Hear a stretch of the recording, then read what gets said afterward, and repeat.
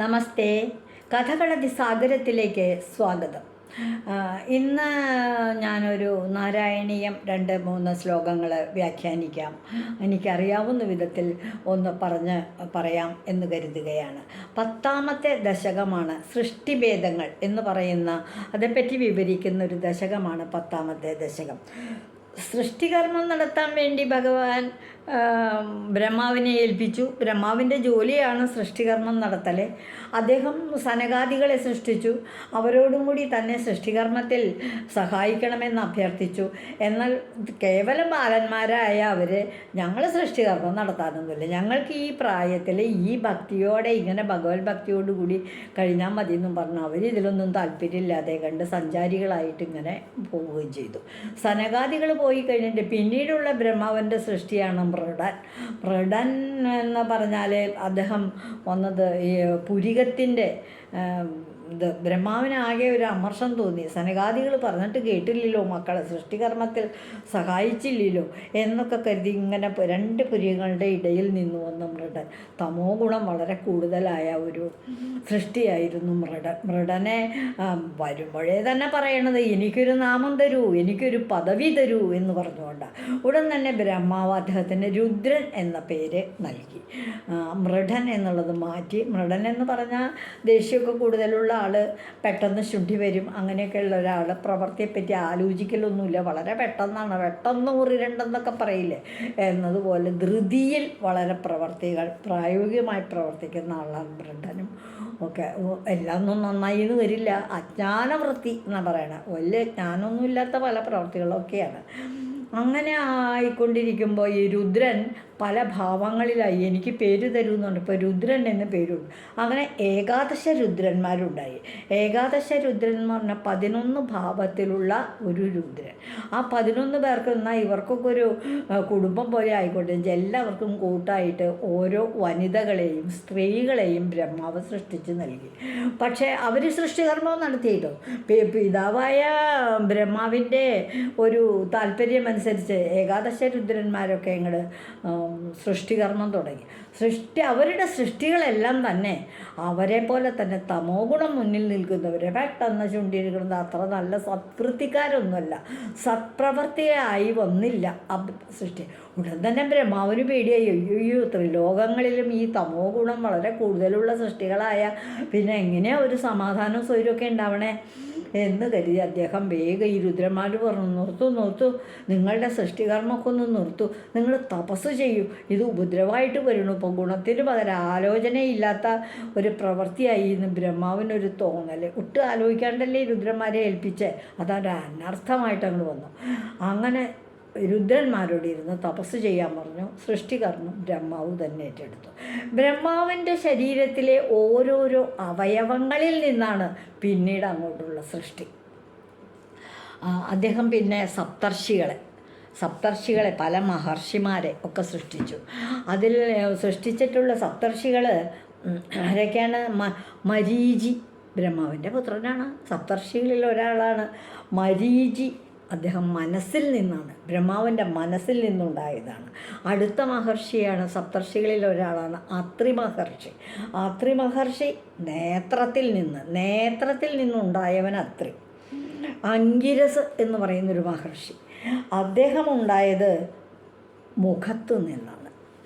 പിന്നീട് ക്രതുമുനി കയ്യിൽ നിന്നാണ് ഉണ്ടായത്. സപ്തർഷികളിൽ ഒരാളാണ് ക്രതുമുനി. ആ ക്രതുമുനി ബ്രഹ്മാവിൻ്റെ കൈകളിൽ നിന്നുണ്ടായി. ഭൃഗു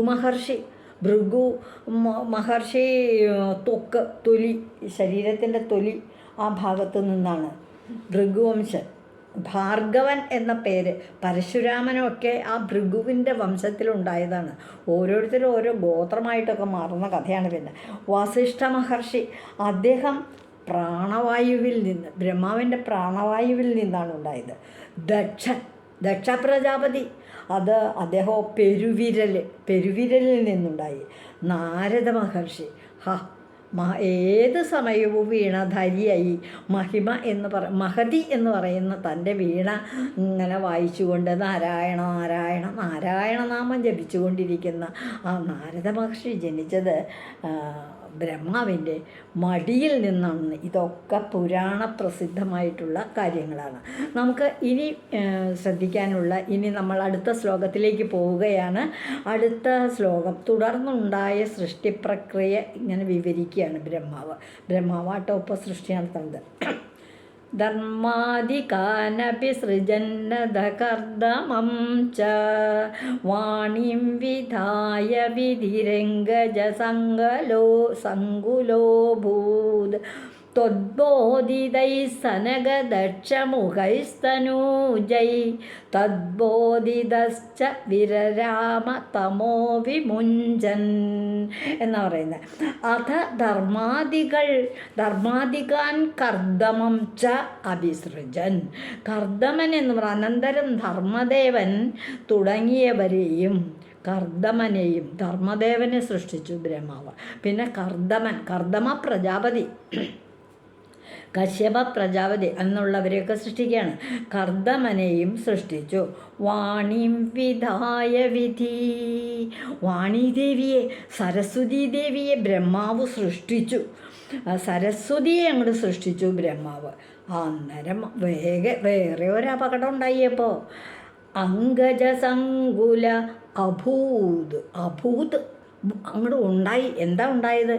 ഈ വിധാതാവ് ബ്രഹ്മാവ് സരസ്വതീ ദേവിയേക്ക് ജന്മം നൽകി സൃഷ്ടികർമ്മം കഴിഞ്ഞ് ഈ ദേവിയെ അങ്ങ് കണ്ടപ്പോൾ, ബ്രഹ്മാവാണ്, പിതാവിൻ്റെ സ്ഥാനമാണ് അല്ലേ ബ്രഹ്മാവിന്, സരസ്വതീ ദേവിയുടെ. പക്ഷേ അദ്ദേഹത്തിൻ്റെ മനസ്സിൽ ആ സ്ത്രീരൂപം കണ്ടപ്പോൾ ഉണ്ടായത് കാമപരവശനായി തീരുകയാണ് ചെയ്തത്. കാമത്തോടു കൂടിയാണ് ആ സരസ്വതീ ദേവിയെ കാണാനായിട്ട് സാധിച്ചത്. തദ്ബോധിതൈ, അങ്ങയുടെ അപ്പോൾ ഉടൻ തന്നെ ഭഗവാൻ മഹാവിഷ്ണു അവിടെ ഇടപെട്ടു.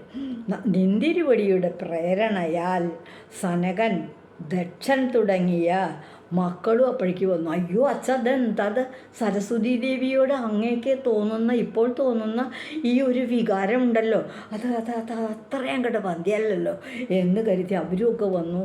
മഹാവിഷ്ണു, അതായത് വിരാട് പുരുഷൻ മഹാവിഷ്ണു ഒക്കെ പറഞ്ഞു, ഇത് അങ്ങയുടെ ഇത് തമോ ഗുണത്തിൻ്റെ ഒരു പ്രഭാവമാണ്, അജ്ഞാനമാണ്. അങ്ങ് ഈ അജ്ഞാനം കൈവെടിഞ്ഞ് അകൃതത്തിൽ നിന്ന് പിന്മാറണം. വിമുഞ്ചൻ വിരരാമച്ച. അതുകൊണ്ട് സനകൻ, ദക്ഷൻ തുടങ്ങിയവർ കൂടി ഇടപെട്ട് അങ്ങയുടെ പ്രേരണയാൽ, മഹാവിഷ്ണുവിൻ്റെ പ്രേരണയാൽ ആ അജ്ഞാനം, സരസ്വതീ ദേവിയോട് ബ്രഹ്മാവിന് തോന്നിയ കാമവികാരം എന്ന അജ്ഞാനത്തെ അങ്ങ് മാറ്റി ബ്രഹ്മാവ് വിമുഞ്ചൻ വിരരാമച്ച, ബ്രഹ്മാവ് അതിൽ നിന്ന് അങ്ങോട്ട് പിന്മാറി. അപ്പോൾ ഇതിൽ നിന്നും നമ്മളിപ്പോൾ മനസ്സിലാക്കേണ്ടത്, വലിയ വലിയ മഹാന്മാർ, സൃഷ്ടികർത്താവാണ് ബ്രഹ്മാവ്. പക്ഷേ അദ്ദേഹത്തിനും ഈ തമോബാധ വന്നപ്പോൾ സ്വന്തം മകളോട് പരവശനാവുകയാണ് ചെയ്തത്. അത് ഉചിതമായ ഉപദേശം ആ തക്ക സമയത്ത് സനകാദികളും ദക്ഷനും മഹാവിഷ്ണുവൊക്കെ വന്ന് ഉപദേശം കിട്ടിയതുകൊണ്ട് അദ്ദേഹം ആ അജ്ഞാനത്തെ അങ്ങ് മാറ്റുകയും ചെയ്തു എന്നാണ് പറയുന്നത്. അപ്പോൾ ഈ ശ്ലോകത്തിൽ പറയുന്നത്, അദ്ദേഹം ബ്രഹ്മാവ്, ധർമ്മദേവൻ, കർദമൻ എന്നിവരെ സൃഷ്ടിച്ചു, സരസ്വതി ദേവിയെയും സൃഷ്ടിച്ചു. ആ ശ്ലോകം ഞാൻ ഒന്നുകൂടെ വായിക്കാം. ധർമാദികാനപി സൃജന്നത കർദമം ച, ധർമ്മദേവനെയും കർദമനെയും വാണിം വിധായ വിധിരംഗജ സങ്കലോ അഭൂത് സരസ്വതീ ദേവിയെ സൃഷ്ടിച്ചു.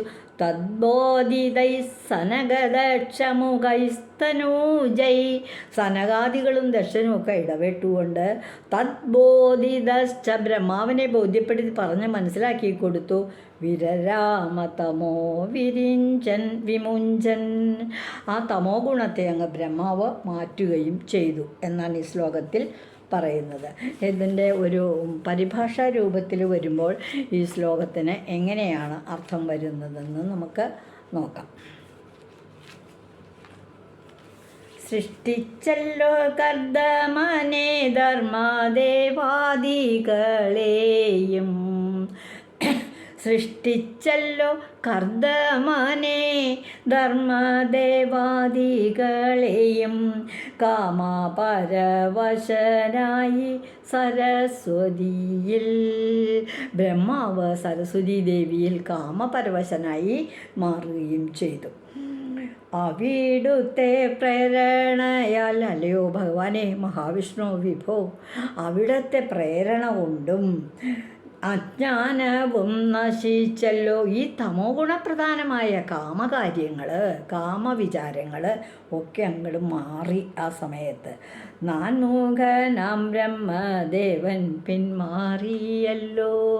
ബ്രഹ്മദേവൻ സരസ്വതി ദേവിയോടുള്ള കാമവികാരങ്ങളൊക്കെ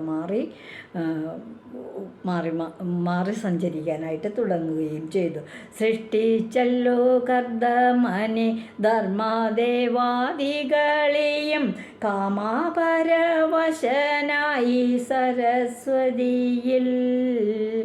അവിടുത്തെ പ്രേരണയ അജ്ഞാനവും നശിച്ചല്ലോ. നാൻമുഖനാം ബ്രഹ്മദേവൻ പിന്മാറിയല്ലോ. അങ്ങനെ ബ്രഹ്മദേവൻ ആ അജ്ഞാനത്തിൽ നിന്ന് മാറി കൂടുതൽ സൃഷ്ടികർമ്മങ്ങളിൽ ശ്രദ്ധിക്കാൻ തുടങ്ങി. അടുത്ത ശ്ലോകത്തിലേക്ക് പോകാം. വേദാൻ പുരാണ നിവകാനപി സർവവിദ്യ കുർവന്നി ഗണാചതുരാനനോസൗ പുത്രേഷു തേഷു വിനിധായ സസർഗവൃദ്ധി പ്രോക്നും വംസ്തവ പദാംബുജമാശ്രിതോ ഭൂത്. അതായത് വേദാൻ പുരാണ നിവഹാനപി സർവവിദ്യ ന സ അസൗ ചതുരാനന എന്ന് പറഞ്ഞ, ചതുരാനൻ എന്ന് പറഞ്ഞാൽ ആനനം മുഖം, ചതുരാനനം 4 മുഖമുള്ളവൻ. അതായത് ഈ ബ്രഹ്മാവ്, ഈ നാൻമുഖൻ തൻ്റെ 4 മുഖങ്ങളിൽ നിന്നും 4 വേദങ്ങൾ അങ്ങോട്ട് പറയാൻ തുടങ്ങി, വേദങ്ങളെ അങ്ങോട്ട് സൃഷ്ടിച്ചു. അപ്പം ബ്രഹ്മാവിന് 4 മുഖങ്ങളുണ്ട്. ആ ഓരോരോ മുഖങ്ങളിൽ നിന്നും പുറത്തു വന്നതാണ് വേദങ്ങൾ. ഋഗ്വേദം, യജുർവേദം, സാമവേദം, അഥർവവേദം.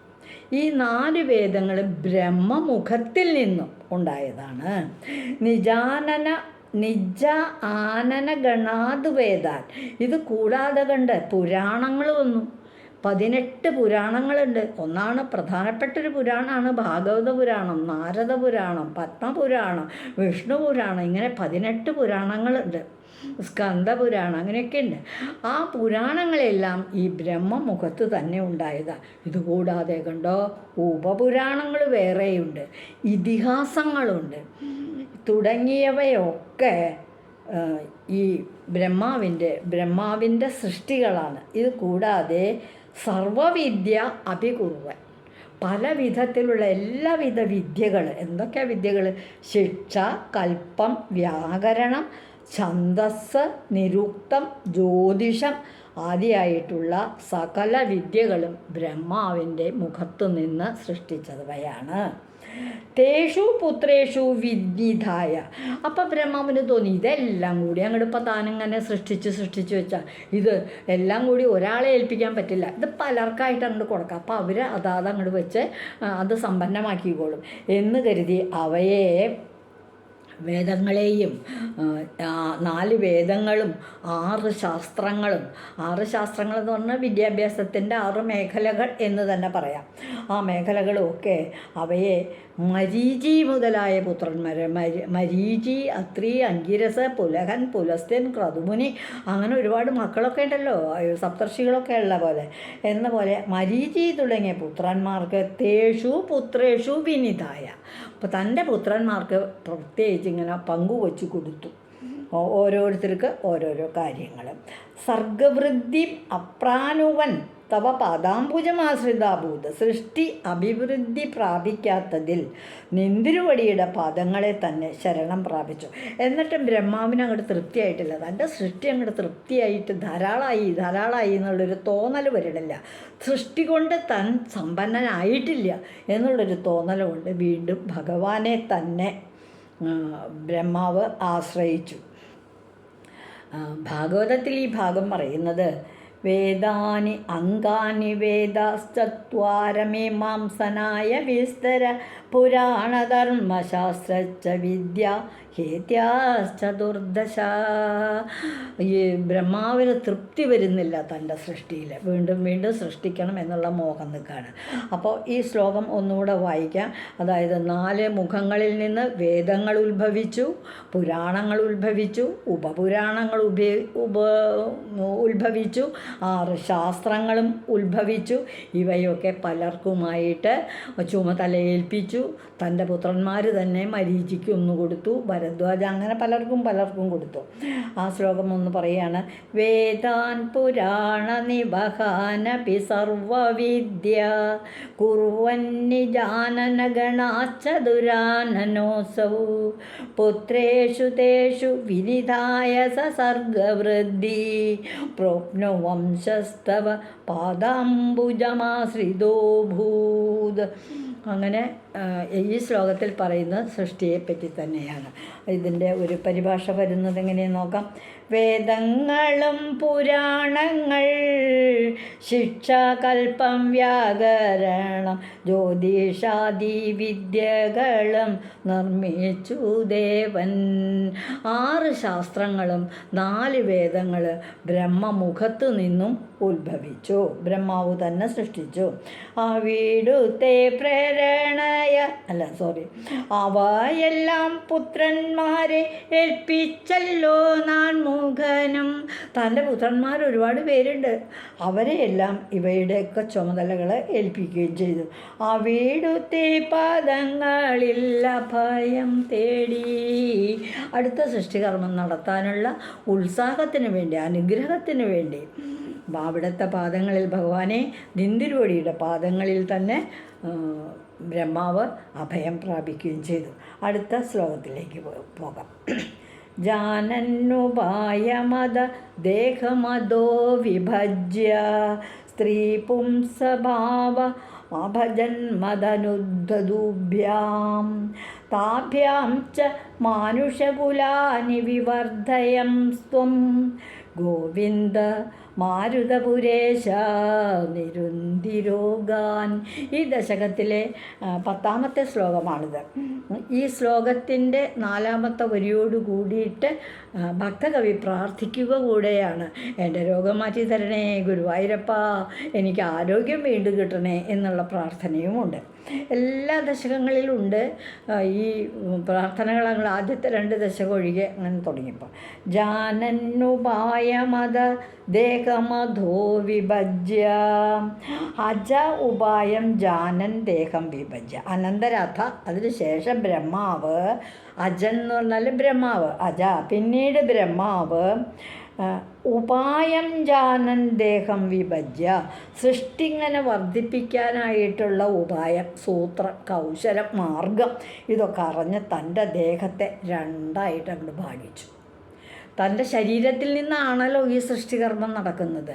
അപ്പം ആ സൃഷ്ടിയുടെ വേഗത വർദ്ധിക്കാൻ വേണ്ടിയിട്ട്, ഒന്നുകൂടി പുഷ്ടിപ്പെടുത്താൻ വേണ്ടിയിട്ട് ബ്രഹ്മാവ് തൻ്റെ ശരീരത്തെ 2ആയി ഭാഗിച്ചു. ദേഹം വിഭജ്യ, തൻ്റെ ശരീരത്തെ 2ആയിട്ട് വിഭജിച്ചിട്ട് എന്താ ചെയ്തത്? മനുത്തദ്ദുഭ്യാം സ്ത്രീ പുംസഭാവം അഭജത്. സ്ത്രീ പുരുഷൻ എന്നുള്ള ഭാവത്തിൽ സൃഷ്ടികർമ്മങ്ങൾ അങ്ങോട്ട് തുടങ്ങി. അതിൽ ആദ്യത്തെ ആ പുരുഷ പ്രജ മനു എന്ന് പറയുന്ന ഒരു സൃഷ്ടിയാണ്. അയാളുടെ പത്നിയായിട്ട് ശതരൂപ എന്ന് പറയുന്ന ഒരു സ്ത്രീഭാവത്തിൽ. അപ്പം മനു എന്ന പുരുഷഭാവവും ശതരൂപ എന്ന സ്ത്രീഭാവവും ബ്രഹ്മാവിൻ്റെ പകുതി ശരീരത്തിൽ നിന്നും ഉത്ഭവിച്ചവരാണ്.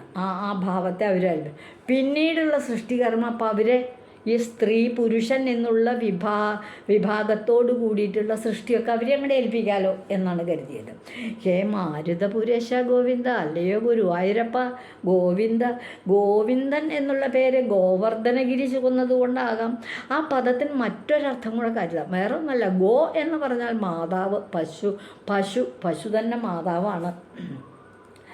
അപ്പോൾ ആ ഭൂമിയെ സാധാരണ പശുവായിട്ട് കരുതും.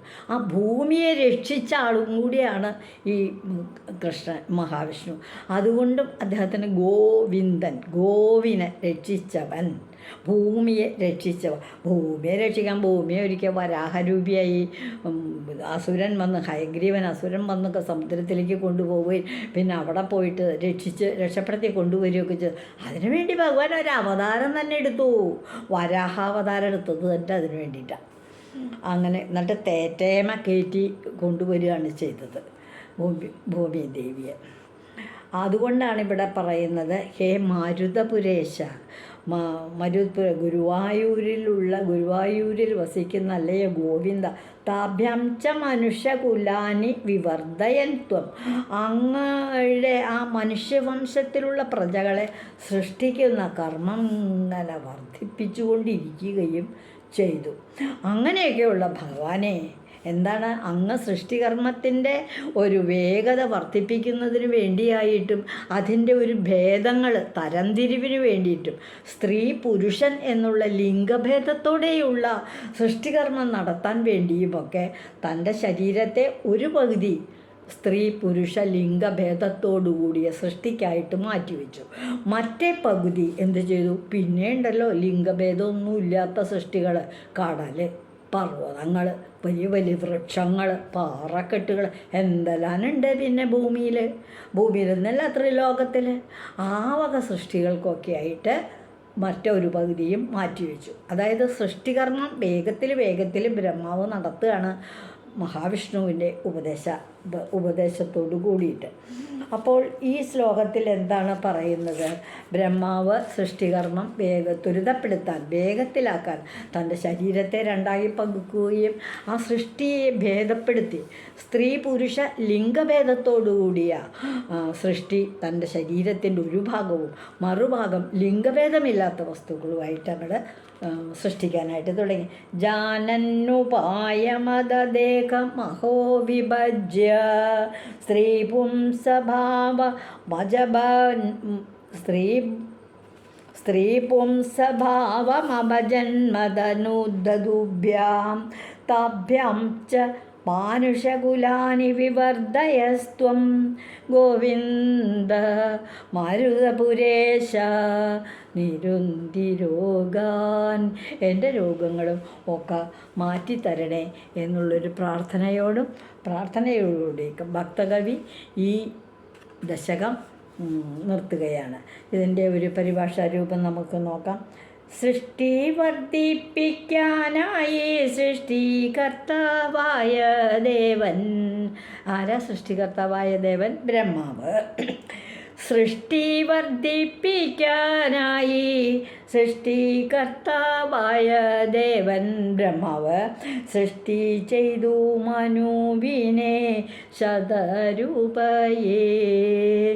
ലിംഗഭേദത്തോടുകൂടിയ സൃഷ്ടി നടത്തിയ ആദ്യം തന്നെ മനുവിനെ സൃഷ്ടിച്ചു, ശതരൂപയെ സൃഷ്ടിച്ചു. ഭാര്യ ഭർത്താക്കന്മാരായി അവർ ജീവിച്ച് ലിംഗഭേദത്തോടുകൂടിയ സൃഷ്ടി അവരിൽ നിന്നങ്ങനെ ധാരാളമായിട്ടുണ്ടായി. അതാണ് മനുവംശത്തിൽ, മനു വംശം ആണ് നമ്മളൊക്കെ. അവർ വഴി മനുഷ്യൻ്റെ വംശവർദ്ധനവും ചെയ്യും. മനുവിൻ്റെയും ശതരൂപയുടെയും പ്രവർത്തി കൊണ്ട് പ്രജകളെ സൃഷ്ടിച്ചു, മനുഷ്യരെ സൃഷ്ടിച്ചു, മനുഷ്യവംശം അങ്ങ് സൃഷ്ടി തുടങ്ങി. ഗോവിന്ദ നീ എൻ്റെ രോഗം മാറ്റിത്തരണേ, ഗോവിന്ദ എൻ്റെ രോഗം മാറ്റി എനിക്ക് ആരോഗ്യം തരണേ ഗുരുവായൂരപ്പ എന്നുള്ള പ്രാർത്ഥനയോടെ ഈ 10ാമത്തെ ദശകം ഭക്തകവി അങ്ങ് ഭഗവാന് സമർപ്പിക്കുകയാണ്. ഓം നമോ ഭഗവതേ വാസുദേവായ, ഓം നമോ ഭഗവതേ വാസുദേവായ. സർവത്ര ഗോവിന്ദനാമ സങ്കീർത്തനം. ഗോവിന്ദ ഗോവിന്ദ. ശ്രീ ഗുരുവായൂരപ്പ ശരണം. ഇന്ന് ഈ നാരായണീയത്തിലെ എനിക്ക് ഈ വായിക്കാനും അതേപ്പറ്റി പറയാനുമുള്ള ഒരു ഭാഗ്യം കിട്ടി. ഞാനിന്ന് പറഞ്ഞതും ഓർത്തതും പറഞ്ഞതും മറ്റുള്ളവർക്ക് കേൾപ്പിച്ചതുമൊക്കെ ആയിട്ടുള്ള എല്ലാം തന്നെ ഭഗവാന്റെ ഗുരുവായൂരപ്പൻ്റെ പാദങ്ങളിൽ സമർപ്പിക്കുന്നു. ഇത് കേൾക്കൂ. നിങ്ങൾക്കും കേൾക്കുന്നവർക്കും പുണ്യമുണ്ടാകട്ടെ. ഭഗവാനെ, ഇത് എന്താ പറയണേ, എനിക്ക് വാക്കുകൾ കിട്ടുന്നില്ല. സൃഷ്ടിഭേദങ്ങൾ എന്ന ഈ 10ാമത്തെ ദശകം ഞാൻ ഭഗവാന് സമർപ്പിക്കുന്നു. ഇതുവഴി വന്നാലും ഇത്തിരി നേരമിരുന്നാലും കഥകൾ കേട്ടാലും കളിയായി പറയും കഥയാണേ, കാര്യം പറയും കഥയാണേ. എല്ലാവർക്കും നന്ദി. കേൾക്കണം, ഈ നാരായണീയം ഒന്ന് കേൾക്കണം. ആകെ ഇതാ എത്ര 25-26 മിനിറ്റ് ഇത് ഓൺ ചെയ്തിട്ട് കുറച്ച് സമയം ഇരുന്ന് സ്വസ്ഥമായിട്ടിരുന്ന് കേൾക്കും. അതുകൊണ്ട് ഒരു ദോഷം ഉണ്ടാവില്ല, ഞാൻ ഗ്യാരണ്ടി.